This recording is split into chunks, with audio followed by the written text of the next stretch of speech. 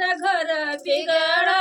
ये बहिनी दीदी हमारे घर बिगड़ा ये बहिनी दीदी हमारे घर बिगड़ा ये बहिनी दीदी सबके बलमुआ के बड़ा बड़ा जुल्फी सबके बलमुआ के बड़ा बड़ा जुल्फी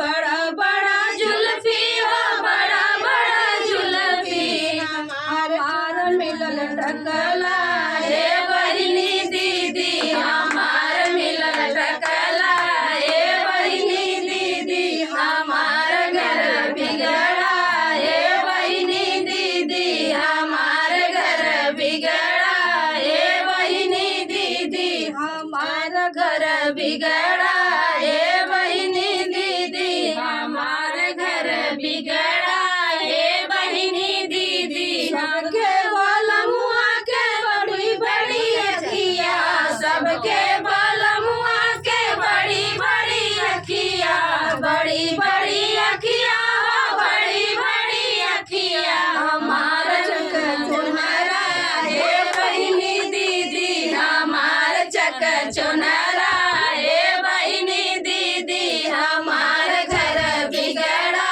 हे बहिनी दीदी हमार घर बिगड़ा हे बहिनी दीदी सबके बलमुआ के लंबा सबके बलमुआ के लचक लंबा सबके बलमुआ के 5 फुट लंबा 5 फुट लंबा हो 5 फुट लंबा हमार डेढ़ फुटला हे बहिनी दीदी हमार डेढ़ फुटला हे बहिनी दीदी हमार घर बिगड़ा हे बहिनी दीदी हमार घर बिगड़ा हे बहिनी दीदी हमार घर बिगड़ा हे बहिनी